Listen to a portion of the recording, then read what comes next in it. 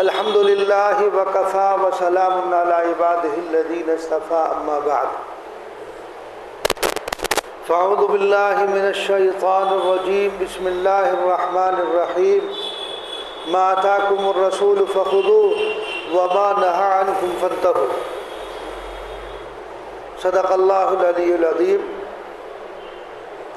محترم حضرات، یہ مہینہ ربیع الاول کا مہینہ چل رہا ہے۔ یہ مہینہ بھی بڑا بابرکت ہے، اس معنی کر کہ نبی کریم صلی اللہ علیہ وسلم کی ولادت اس مہینے میں اور وفات بھی اسی مہینے میں ہے۔ تو اب ہمیں دیکھنا یہ ہے کہ نبی کریم صلی اللہ علیہ وسلم نے اپنی ولادت کے موقع پر خوشی کا اظہار کرنے کے لیے کچھ تعلیمات ہمیں دی ہو۔ صحابہ سے آپ نے فرمایا ہو 63 سال آپ حیات رہے تو آپ نے عملی طور پر کچھ کیا ہو۔ تو جب ہم جائزہ لیتے ہیں تعلیمات نبوی صلی اللہ علیہ وسلم کا تو یہ بات ہمیں کہیں بھی نظر نہیں آتی ہے کہ نبی کریم صلی اللہ علیہ وسلم نے اپنی ولادت کے موقع پر خود یا صحابہ کو کوئی تعلیم دی ہو کہ آج میری ولادت کا دن ہے، لہذا خوشی منائی جائے، جشن کی شکل اختیار کی جائے، جلوس نکالے جائیں، جلسے اس کی خوشی میں منعقد کیے جائیں۔ اس طرح کی کوئی بات نبی کریم صلی اللہ علیہ وسلم کی تعلیمات سے ثابت نہیں ہے۔ اور ظاہر بات ہے کہ جب کوئی بات تعلیمات نبوی سے ثابت نہ ہو تو حضرت عائشہ صدیقہ رضی اللہ تعالیٰ عنہ بیان فرماتی ہے، مشکات میں روایت موجود ہے، من احدث فی امرنا ھذا ما لیس منہ فہو رد، کہ جس نے دین میں کوئی نئی چیز ایجاد کی جو دین سے نہیں ہے، جس کے متعلق نبی کریم صلی اللہ علیہ وسلم کی ہدایات موجود رہی ہے، آپ کی تعلیمات اس سلسلے میں کچھ بھی نہیں ہے، تو پھر اس چیز کو دین قرار دینا یہ کیا احداث فی الدین ہے، دین میں نئی چیز کا پیدا کرنا ہے۔ اور جو دین میں نئی چیز پیدا کرے فہو رد، وہ مردود ہے، وہ قابل اتباع نہیں ہے، وہ قابل عمل نہیں ہے، وہ قابل رد ہے، اس کو مردود قرار دیا جائے گا۔ تو جب یہ بات ثابت ہو جاتی ہے کہ نبی کریم صلی اللہ علیہ وسلم، میں نے بتایا 63 سال آپ کی عمر ہوئی، تو وہ دن 63 مرتبہ آپ کی زندگی میں آیا۔ اگر اس دن کی کوئی خاص فضیلت ہوتی تو رسول اللہ صلی اللہ علیہ وسلم خود مناتے۔ صحابہ کرام رضی اللہ عنہم اجمعین کا دور اس سرزمین پر تقریباً 100 سالہ دور ہے، تو اس 100 سالہ دور میں کسی ایک صحابی نے نبی کریم صلی اللہ علیہ وسلم کی ولادت کے موقع پر کوئی خوشی کا اظہار، کہ اس کے لیے جلس و جلوس، اس دن روزہ، اس دن کوئی اچھا کھانا پکانا کیا ہو، تو کوئی ثابت کر کے دکھائے کہ نبی کریم صلی اللہ علیہ وسلم کی ولادت کے موقع پر صحابہ کرام نے ڈیرے چڑھائی ہو، صحابہ کرام نے جلوس نکالے ہو، صحابہ کرام رضی اللہ عنہ اجمعین نے کوئی جلسے کیے ہو، ایسا کچھ نہیں ملتا۔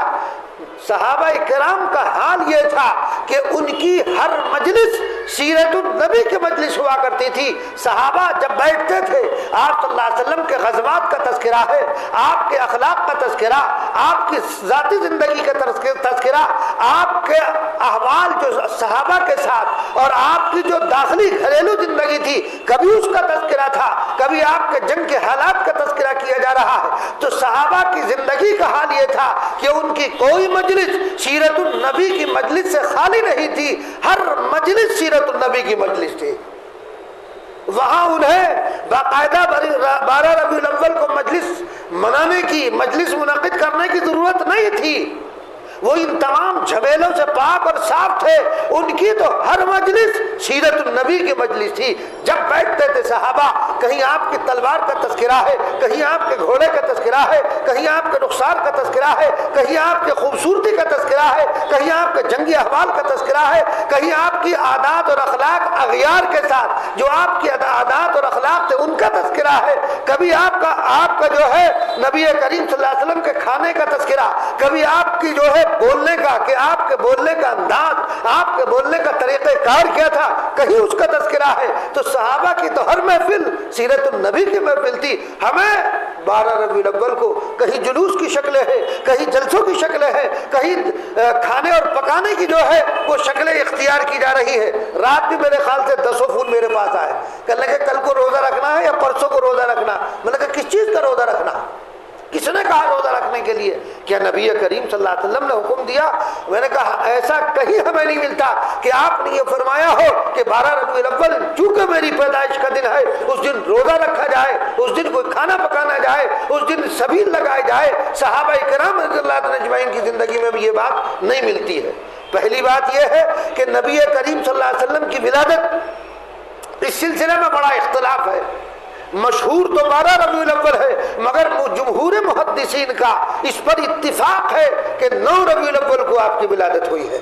چنانچہ بخاری کی شرح ہے فتح الباری، اس کے اندر بھی لکھا ہے، اور اسحاق بن راہویہ نے بھی اس کو نقل کیا۔ بہت سارے محدثین ہیں انہوں نے 9 کے قول پر اجماع نقل کیا ہے، صحیح اور محقق۔ اور اگر آپ تاریخی حساب جانتے ہو اور اس کا حساب اگر آپ لگائیں گے تاریخ کے اعتبار سے تو 9 ہی آئے گی۔ مشہور 12 ہے، چلو اگر 12 بھی مان لی جائے تو 12 کو آپ کی وفات بھی ہے، 12 کو وفات متفق علیہ ہے، اس میں کسی کا اختلاف نہیں ہے۔ 12 کو وفات متفق علیہ ہے، ولادت میں اختلاف ہے۔ اب ولادت میں جب اختلاف ہے، وفات متفق علیہ ہے، مشہور 12 ربیع الاول ہے، تو اب اسی دن ولادت بھی ہو رہی ہے، اور اسی دن آپ کی تو خوشی مناؤ گے یا غم مناؤ گے؟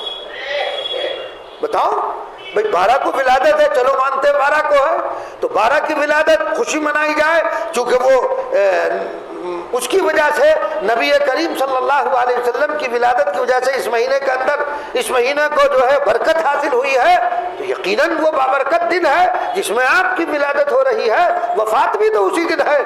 تو اگر آدمی خوشی منا رہا ہے، آپ کی وفات بھی تو اسی میں ہو رہی ہے، تو کیا غم منانا چاہیے؟ پھر غم بھی منانا چاہیے۔ تو بہرحال بات مختصراً اتنی کرنی تھی، چونکہ اس وقت تھوڑا وقت کم رہتا ہے، تفصیل کا اتنا موقع نہیں ہوتا، تو اتنی بات ہمیں بتانی ہے کہ نبی کریم صلی اللہ علیہ وسلم کے قول اور فعل سے کوئی چیز ثابت نہیں ہے کہ آپ نے یہ فرمایا ہو کہ میرے ولادت کے دن کو اس طرح منایا جائے۔ یہ بات ہمیں نبی کریم صلی اللہ علیہ وسلم کے اقوال احادیث شریفہ میں نہیں ملتی ہے۔ دوسرا، نبی کریم صلی اللہ علیہ وسلم نے کیا فرمایا؟ خیر القرون قرنی، بہترین زمانہ سب سے میرا زمانہ، جس میں آپ صلی اللہ علیہ وسلم موجود ہے تو اس کا وجود نہیں، تو آپ نے کیا فرمایا؟ خیر القرون قرنی ثم الذین یلونہم، صحابہ کا زمانہ ہے، تو صحابہ کا جو 100 سالہ دور ہے، اس 100 سالہ دور میں بھی ہمیں اس کا کوئی وجود نہیں ملتا۔ پھر آپ نے فرمایا ثم الذین یلونہم، پھر صحابہ سے ملتا ہوا تابعین کا زمانہ ہے، تابعین کا زمانہ تقریباً 200 سالہ ہے، تابعین کا جو دور ہے تقریباً 200 سالہ دور ہے، تو اس 200 سالہ دور میں بھی اس کا کوئی وجود نہیں، کوئی جلسہ نہیں، کوئی تمطراق نہیں، کوئی کسی طرح کا کوئی جلوس نہیں ہے، اور نہ اس کو اس طور پر منایا گیا۔ تو یہ 300 سالہ دور ایسا گزرتا ہے جس میں کسی بھی قسم کا کوئی جلسہ، کوئی جلوس، کوئی محفل منعقد کی گئی ہو، کوئی کھانے پکا کر کے تقسیم کیے جا رہے ہو، کوئی لنگر چل رہا ہو، کچھ نہیں ہے۔ تابعین کا دور بھی گزر جاتا ہے، تب تابعین کے دور میں آ جائیے، تب تابعین کا دور تقریباً 200 اور 300 سال کے درمیان میں دور ہے، تو گویا کہ 500 سال کا دور اس طرح گزر جاتا ہے جس میں یہ تمام خرافات موجود نہیں۔ 6 صدی ہجری شروع ہوتی ہے، 6 صدی ہجری میں اس کی ابتدا ہوئی ہے۔ آپ تاریخ اٹھا کر دیکھیے، تاریخ اربل، اس کو آپ پڑھیے تو 6 صدی ہجری میں اس کا کہیں وجود ملتا، اور اس کا جو وجود ہوتا وہ بھی بہت مختصر طریقے پر، وہ بھی یہ نہیں ہے جو آج کل ہو رہا ہے۔ حیرت کی بات ہے، اگر آپ یہ تو آج کا جو دور ہے وہ میڈیا کا دور ہے. ایک کیک بنایا گیا, یہ گزشتہ سال کی بات بتا رہا ہوں, آج 12 ربیع الاول ہے, آپ اور ہم جو بیٹھے ہوئے ہیں 12 ربیع الاول میں بیٹھے ہوئے ہیں آج. تو گزشتہ سال ایک کیک بنایا گیا, بہت بڑا کیک ہے. وہ کیا ہے؟ نبی کریم صلی اللہ علیہ وسلم کی ولادت کے موقع پر کیک بنایا جا رہا ہے, اس کیک کو کاٹا جا رہا ہے, اور پھر اس میں ناچ گانے سب ہیں, ڈھول بجائے جا رہے ہیں. نبی کریم صلی اللہ علیہ وسلم کی سیرت سے اس کا کیا تعلق ہے؟ ہمارے مسلمانوں میں بھی جو اپنے آپ کو کہتے ہیں ہم بڑے اپ ٹو ڈیٹ ہیں, انگریزی یافتہ جو طبقہ ہے جو اپنے آپ کو سمجھتا ہے ہم اپر کلاس کے مسلمان ہیں, صاحب دیکھو بچوں کا برتھ ڈے منایا جا رہا ہے. بھائی کیوں برتھ ڈے منا رہے ہیں؟ اب نئی نئی شکلیں اس کی نکل رہی ہیں. برتھ ڈے پیدائش کا دن منایا جا رہا ہے. شادی کب ہوئی تھی وہ دن منایا جا رہا کہ آج کے روز ہماری شادی ہوئی تھی, آج کا دن منایا جائے گا. بھائی یہ کیا خرافات ہے, یہ کیا لغویات ہے؟ برتھ ڈے اگر کسی کا منایا جاتا تو افضل الکائنات کون ہے؟ نبی کریم صلی اللہ علیہ وسلم کی شخصیت ہے, آپ کی ذات گرامی ہے. آپ کا برتھ ڈے بھی نہیں منایا جائے گا.